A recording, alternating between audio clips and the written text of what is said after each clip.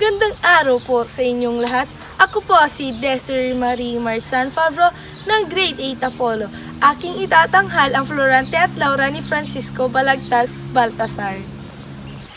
Saknong 208. Ang kanyang tao'y labis ng dalawa sa dalakong edad na lalabing isa. Siyang pinupuon ng buong eskwela, marunong sa lahat ng magkakasama. 212. Aking pagkabata ang kinalimutan, kay amay ang bait ng di pa imbabaw, yaong namumunga ng kaligayahan, nananakay sa pusong suyuit igalang. 215. Araw ay nagtakbo at ang kabataan sa pag-aaral, ko sa aking mahanaw, bait ko'y lumihis, at sa katarungan ang hubad kong isip ay kusang dinamtan. 218. Ang pagkatuto ko anak himala, 10 ni Adolfo'y naiwan sa gitna. Maingay na pamang tagapagmalita, sa buong Atenas ay gumagala. 221.